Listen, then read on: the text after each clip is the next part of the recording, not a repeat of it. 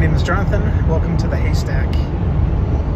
If you haven't seen it already, there's a video from Tucker Carlson where he's interviewing Ted Cruz. And they're talking about, Ted Cruz is mentioning that it's our duty as Christians to protect and provide for Israel. And he says, this is biblically speaking, this is a commandment that we should have, is to protect Israel. And Tucker Carlson makes a good point and says, you mean the nation which Benjamin Netanyahu is running at this time? It's talking about that geographical location. And Ted Cruz doubled down. He's like, oh yeah, yes.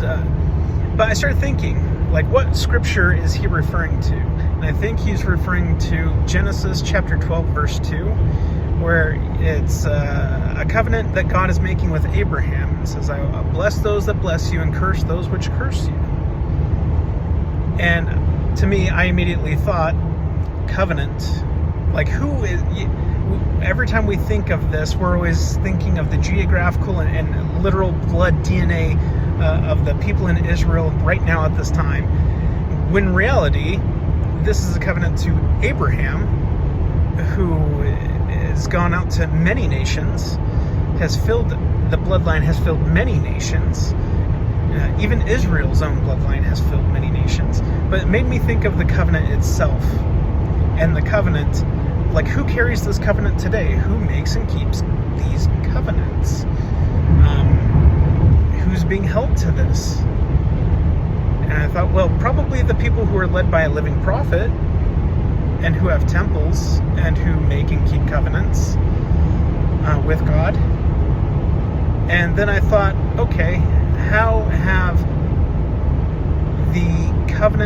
has covenant Israel been cursed and blessed? Or how have the enemies and friends been cursed and blessed? And I immediately thought of how Joe Smith was assassinated, him being the first presidential candidate in history to be assassinated, in a country which should have protected free speech, in a country which should have protected freedom of religion.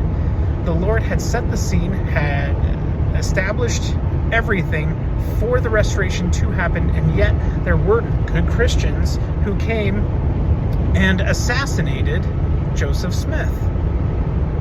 Well, what happened after that? I think it was about 40 years later. 40 years later. Was that the assassination of Lincoln? Or just the Civil War? Either way, you have a trial period time of 40 years. Very symbolic, by the way. And civil war breaks out in the nation, which Utah was mostly safe from. Yet all these southern states, these states which persecuted the saints, there was severe bloodshed on this land like never before. Probably reminiscent of times of the Jaredites and the Nephites. It was immense. Greatest American loss of all time. This, to me, seems to be the curse. These people tried to curse the church, tried to, by law, get rid of every Latter-day Saint there was. The thing is we survived that. Not only that, but it strengthened us. And we didn't go the way of victimhood, where we go and start mobs and start trashing things and riot and everything. No, we became exceptionally good stewards of the land. We became civic servants wherever we go, and we love and cherish and protect this land. We are to the United States what Joseph was to Egypt and Pharaoh. In fact, you look at America. What does America mean? It comes from Amerigo Vespucci. It's Italian. And there's many variations of this name, but ultimately it means ruler of the sovereign houses, or ruler of the workers. There's variations of it, but it reminded me very strongly of the word Pharaoh. What does that mean? That means great house. The word Pharaoh, or that term Pharaoh, didn't come about until the 18th dynasty during the New Kingdom period of Egypt. This would have been just prior to the Exodus, but after Joseph was in Egypt. So when we see Pharaoh written in Scripture, a lot of this is like a retrojection. Just like how it says corn in the Bible when there was no corn, it was just a grain, when it was referring to grains. So some of these things are retrojection, so you have to understand some of these things with a context. Speaking of context, when you look at Joseph, Egypt provided for all the lands of the world, of the earth, right? Yeah, that would be how the literature would portray it of the day, and it was the known world. But you didn't have people from Germany coming down for a famine. You didn't have people from South America, from Canada. You didn't have people from China or India coming to Egypt for sustenance and grain. It was that immediate known region. You know, when they talk about the four quarters of the earth, they're talking about these four quarters of exits from these major cities that lead you to these different parts of the earth, right? These different major cities, Mesopotamia, the Hittites, and Egypt. So you have these quarters. Anyways, but here, by covenant, this is where we have gathered. Joseph in Egypt gathered and sustained the surrounding areas. He gathered Israel, his father, and his lost brethren, or his brethren, and there he revealed himself. Here, there is no greater nation than the American nation, the United States of America. We provide for so many. And yes, we do have a corruption problem. And it seems like that is being taken like a hard hit right now. We're finally finding out that billions and billions of U.S.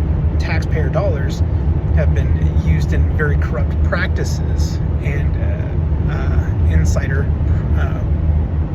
corruption, which I wonder if that's just going to reduce our taxes now.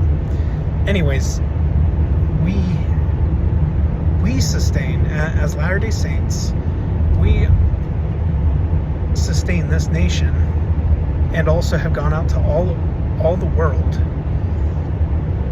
And I think this is what it made me think about when they were talking about Israel.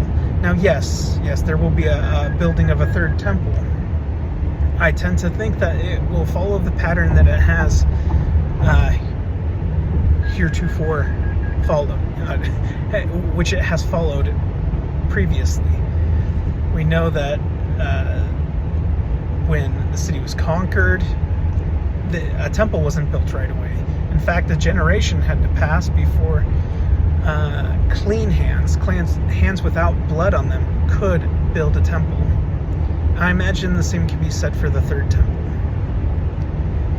And so that's something to consider, something I wanted to talk to you about today. And today I'm on my way to a GOP, Republican Idaho GOP meeting. They're doing rules and resolutions today that will narrow down what makes it out of committee and then goes forward to be voted on by all the delegates of every county within the state. And then that will go to our Republican leaders, as this is where we stand on these subjects and these things. So all in a matter to preserve our sovereignty, our liberty, and freedom, particularly freedom of religion, and not to allow perverted and awful things into our communities that would then distort the minds and hearts of our children and rising generation. So let's actually do and not just talk, right? Practice what we preach. Get involved in your communities.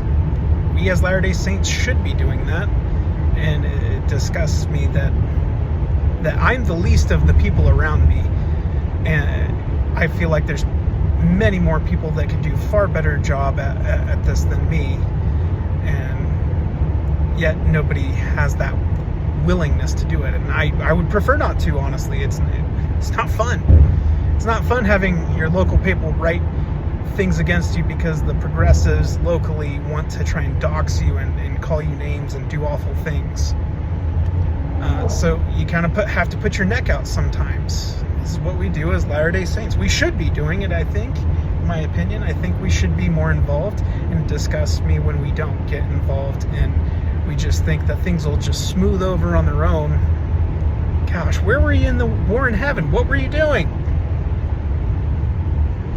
It wasn't sitting on a fence, was it? Or, oh no, I'm not gonna talk about politics because I'm above that. You know, most of the problem that we have is because we stopped talking about religion and politics at the dinner table. Guys, live what you believe. Have faith. Do. Be informed. Have a knowledge of what has happened in past kingdoms, current kingdoms, knowledge of languages. Just learn something. Don't wait to be instructed in all things. That's what Satan likes. That's what he wants from people. And we as Latter-day Saints tend to fall into that kind of category where we expect to be commanded in all things. Not all Latter-day Saints, but many. And I think we ought to get off our butts and do something sometimes. And it sucks. It really does. But we gotta... If there's something worth fighting for or preserving or doing, we ought to be doing it. I know it's very comfortable with our lives now. It's much easier to go on vacation, watch fun television programs, speculate about things which are to come, but be part of history. Do. Love you guys. Take care.